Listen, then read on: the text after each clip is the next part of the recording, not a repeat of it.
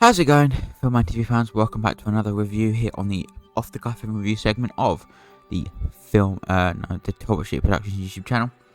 Today we are looking at a little Scottish indie film that was released last year, courtesy of debut feature film director Charlotte Wells. This is her, like I mentioned, debut film, Aftersun. Now, this has been getting all the praise and all the awards buzz, which it rightfully deserves, because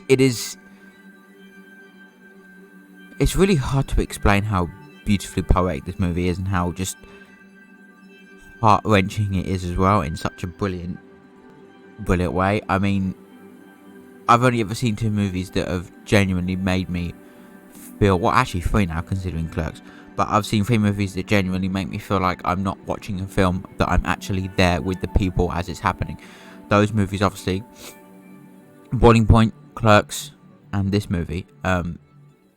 And I did highlight in my Clerks review as well how, that having seen Clerks again, is like there's very different versions of reality in film in terms of what films that make you feel like you're actually there, and I initially thought it could only be drama films like this in Boiling Point, but Clerks made me realise that that's really not the case. But this movie is something different. I mean, at the moment, it's my current favourite movie of all time, personally. This movie stars Paul Mescal and Frankie Coria as a father and daughter who are on holiday in Turkey. And most of the movie is seen throughout the movie. You see parts, but you see the older Sophie, which is Frankie Coria's character, looking back on it with fond memory, because it is implied at the end of the movie that this was the last holiday they ever had together, and that shortly after the holiday, the father did in fact end his own life. So it's very, it's a movie that makes you feel a lot, and that's something I appreciate about it so much. The score here by Oliver Coates is fantastic. You're hearing it now. I love it. It's one of my favourite scores. It's not all perfect. There are some standout songs, obviously. One Without and Last Dance are my favourites personally. As you're hearing now, this is One Without. But the movie itself is just so, like, it breaks you down, builds you back up. They have really great chemistry between the two of them, Paul Mescal and Frankie Coria, and it really shows in the fact that the script is just so mercilessly perfect to every point. It's so beautiful. I rarely find movies like this these days. There is no, it's not a common practice for a movie to hit people this hard. I've seen a lot of people react to it and say, it really made them. It's a movie about memory. It's about remembering, and it's about the importance of keeping those memories, and the importance of, if you're struggling, there is always help. No matter what situation, there is always help for you to get you through that time. And this movie is an example of what happens if you don't seek that help and you just let it consume you. But again, it's one of those things where it's a combination of, him being quite a young father as well. So, it's just such a fascinating tale of a movie that is shot so beautifully as well. There are so many gorgeous shots and so many different. There's a shot where you see where the two of them are talking, and Frankie Cario's character Sophie is holding a camera, and the camera's hooked up to the TV. And instead of actually, we'd seen that scene before in the movie, so instead of showing us the scene in the same way, they actually just, Charlotte Wells, the director, points the camera at the TV, but you can still see Callum and Sophie in the very corner of the shot. I had something about that so wonderful. There's a lot of really beautiful shots in this movie. It looks stunning as well. It is, it's just one of the most fantastic movies I've ever seen. It's so beautiful in so many different insightful ways. It feels so different to anything else that I have seen, and it really does just do so much. It's one of those movies where you are not the same person after you've seen it. Like, it hits you. Like, when I saw it in the cinema, I just had to sit in the cinema screen for like 20 minutes after actually watching it, thinking, this is deep. Like, I even posted after I saw the movie, like, on my letterbox, but yeah, I'm not okay after this. Like, it's so mind-bogglingly unusual that I love it so much.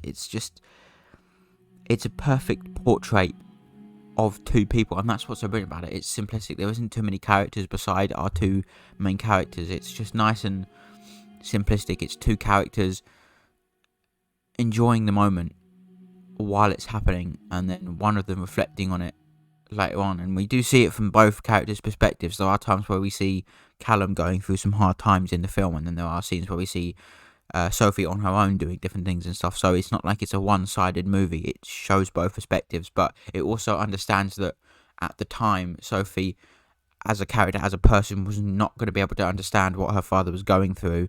But it also shows that in reflection, we see her as an older adult, and it also shows that in reflection, she now, as an adult, understands what he was going through and why he did what he did. So it's really nice to see the movie really acknowledging understanding of things like that, and understanding of them at the correct age, and like not letting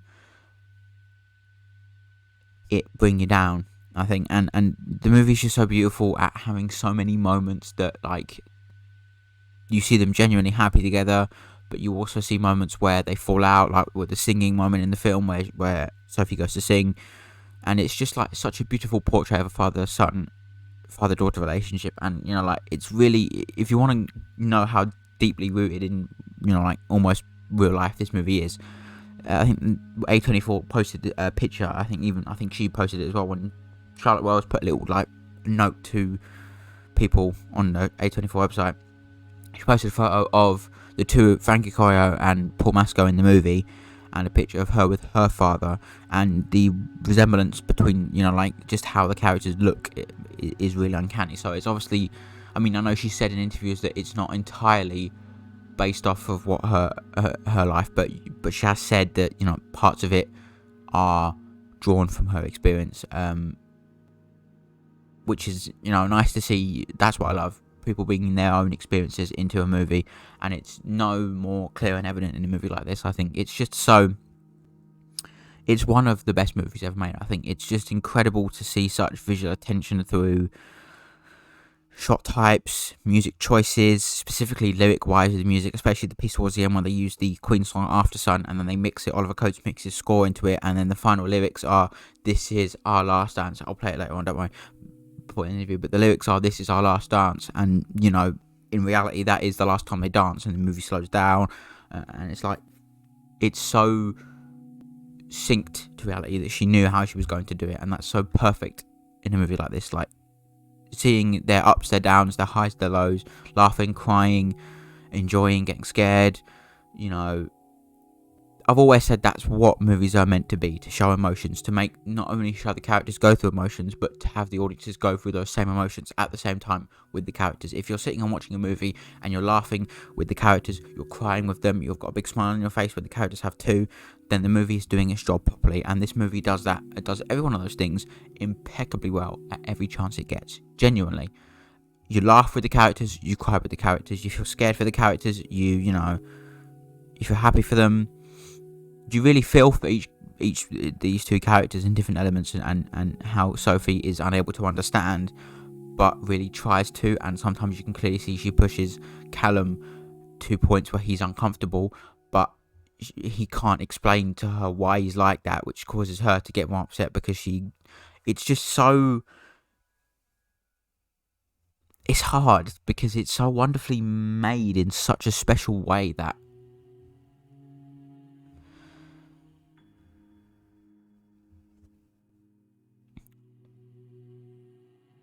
I really don't know what to say after time when I'm talking about this movie. I recommend it to my friends and everyone. I've seen it a few times. I've seen it once in the cinema. I've seen it a couple of times at home because it's streaming on Mubi now in the UK, and it's releasing on Blu-ray very, very soon at the end of February, in about a month's time. So, yeah. I showed it to a couple of my friends in our screening room at my college, and they really thought it was. And I actually want to say something. One of my friends pointed this out, and it's really, really wonderful how this happens in the movie. Is that throughout most of the movie, you feel this sense of existential dread. Like, you don't know what it is, and you don't know why it's there, but you feel it the whole time, no matter what's happening. And I think I've never known that in a movie before. You always feel like you know where it's going to go, but here you have this sense of dread where you feel like something's wrong, but you can't quite put your finger on it until it punches you in the face at the end of the movie, and it's so open-minded with its discussion of mental health, but not putting it as a forefront excuse in any way, shape or form, which is the best way to deal with it. I think it's just, again, the performances are fantastic. Like, for a child actor, Frankie Coyo is fantastic in this movie. She really manages to push everything forward so much, and it's also, it's not a one-sided thing. Paul Mescal, if you know Paul Mescal, you know he's a talented guy, but here he's just absolutely fantastic, and I hope everyone involved in this movie wins as many awards as they're nominated for, because they truly deserve it. It is my favourite movie for 2022. Now, in terms of my 2022 ranked movies, we're doing, I think, roughly 30 to 35 top 35 movies, because I wanted to originally cover all, like, 60-something movies that I've talked about, but I realised there is just, like, too much organising to do with that, so I'll be covering the top 35-ish, but it won't be coming out until March, because there's a few movies that in this country do not come out until early March. The big one being fucking Pearl, which came out in September of last year in the States and is still yet to release in this country, which is absolute madness, but there it is. But it's also movies like The Whale, Puss in Boots, Tar, and The Fabelmans, which Tar is today. I'm seeing, as the time of recording, I'm recording this on the 22nd of January. I am seeing Tar today, but Puss in Boots, Fabelmans comes out next week in this country. Puss in Boots comes out in February. The Whale comes out in March, and so does Pearl, like I mentioned before.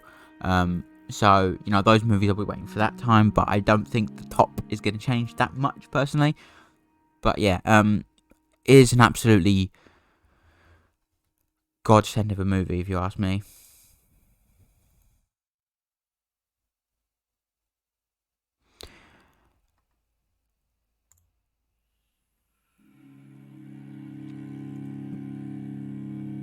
And I really find it hard to I often feel, every time I even look at images from the movie, I often feel pulled into this world that feels so full, yet so bright, yet so dark at the same time, that this movie creates. And if there's one thing you do, please watch this movie. I've always, I remember saying to my friends, I remember when the trailer came out, I was saying, from the look of this movie, if I wanted to, this is the type of movie I want to make, a real story told about real people suffering, but not just suffering, but loving, but, feeling so much, so many emotions. That's what this movie is. It's a movie about going through all the emotions and how to comprehend them, and how, if you struggle with them, don't let that stop you from trying, and for me, that's what movies I want to make, movies about feeling, about real stories, real people, told in such a beautiful way, and that's exactly what this movie is. It's told so passionately, really.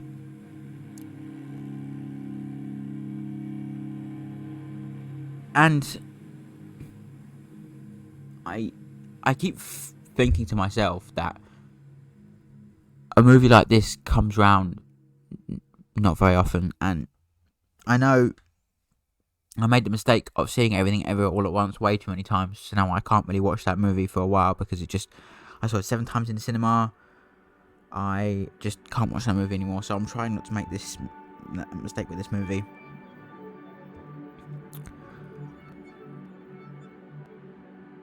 But I can't help but just be drawn into it so many times, all the time. I frequently watch the trailer, I frequently listen to the music from the movie, the soundtrack, the version of Under Pressure, which sadly is not able to be put on Spotify, or at least with the vocals anyway, because the Queen Estate, they didn't get permission, I don't think they've asked the Queen Estate, and if they have, the Queen Estate has said no, so that's the kind of, they need to get permission from the Queen Estate to do that. However, composer Oliver Coates did put it on YouTube, so go listen to that. I'll be playing it in a minute once the review comes towards an end. But yeah, I've just never felt so much watching a movie before, and that is such a good thing, because movies are about feeling. And as much as movies are to take you out of the real world, sometimes it's nice to be taken out of the real world and into a different, more real world, if anything. And I'm all for movies that explore different universes and take you on a journey, because that's what film is about. It's about to take you, it's about to take you on a journey for 2 hours to explore, to show you these different emotions, and whether they do it in such a realistic way like Aftersun does, or do it in a fun, campy way like other movies do, that's fine. But there's something about seeing a movie that genuinely feels so close to being, like it feels so close to being someone watching this happen, that, you know, it's just so incredible.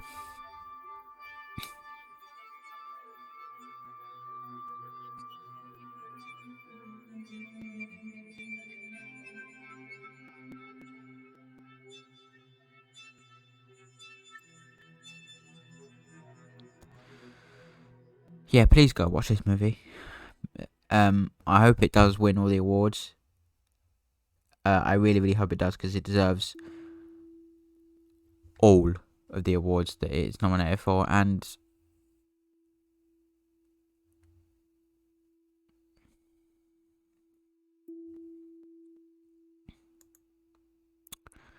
I look forward to seeing whatever Charlotte Wells does next, because as a debut feature, fuck me. This is your debut film?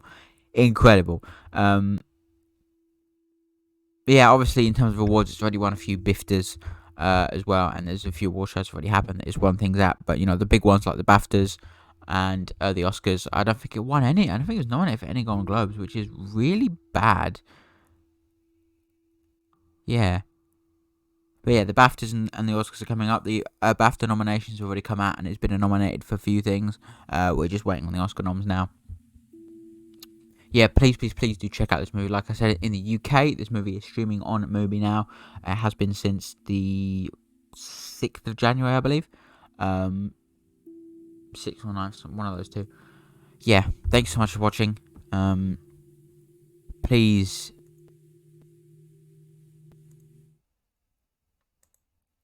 listen to the soundtrack. It's on Spotify and things. Oliver Coates, composer, great.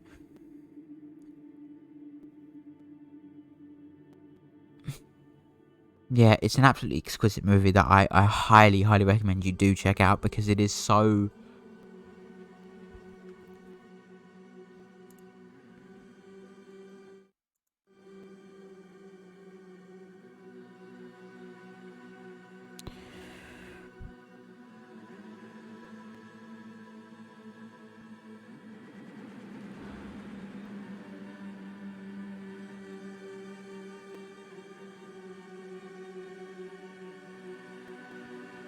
It's so beautiful. Like I said, I rarely see movies like this anymore being made.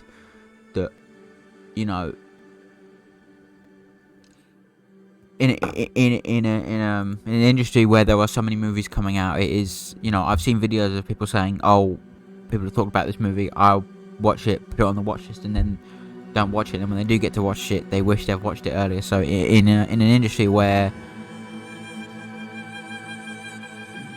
there are too many movies coming out every year, it's very easy for films to get lost, and this is one of those movies that I think very easily could get lost under the pile. So I would recommend you check it out sooner rather than later. I was fortunate enough to check it out knowing its release date coming up, and actually fortunate enough to watch it in the cinema, which I'm very thankful for, because it's a movie that is, you know, nowhere near as good at home. So, you know, with the few screenings left in the UK, I would grab that opportunity and go and see it as quick as possible, because it is so powerful in such a nuanced way. I don't think people realise how important a movie it is, actually, because sure, you've got the Fablemans, you've got the Empire Light, you've got all these movies, Tires and stuff, but they're all big, mostly big budget movies, and this is definitely the smallest movie, and to have the little guy go up against the big guys and hopefully win is going to be fantastic. And I do hope that he gets nominated for Best Picture at the Oscars, because that would be absolutely fantastic, because it fucking deserves it, and that's a fact.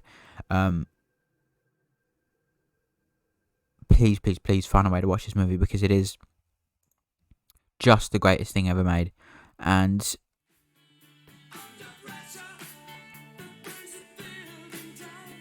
yeah, please just, it's so, it's really hard to describe.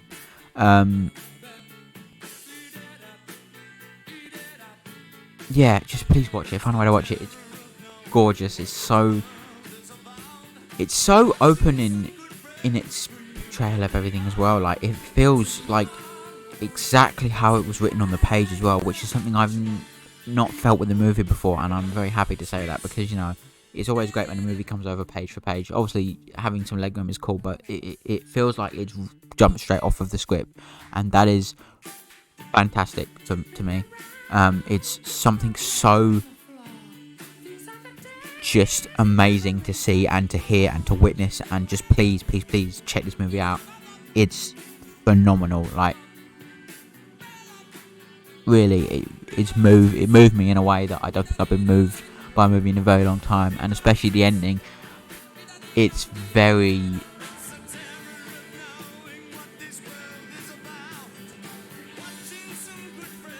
just magical in a very weird way. And it's just, again, it's one of those things where it turns the simple tale of a father and daughter in holiday in Turkey into something so meaningful and so tragic yet beautiful, you know, so melancholic. It's just, I love movies that take a simple central concept and make it something so beautiful, so poetic, so stretched out. Everything Ever All at Once does that so well as well, where it's a simple story, once again, of a father and of a mother and a daughter, but it's transcribed, it's shown through the multiverse and through, you know, it's the struggle of them two together, shown through many different universes and stuff, and that's what's so good about the movie. And it's the same thing here. It's a small scale concept of simply a father and a daughter in holiday in Turkey, and it's just so much is explored in an hour and 45 minutes that I just haven't got words for it. Thank you so much for watching my review. Please check out Aftersun. Bye bye for now.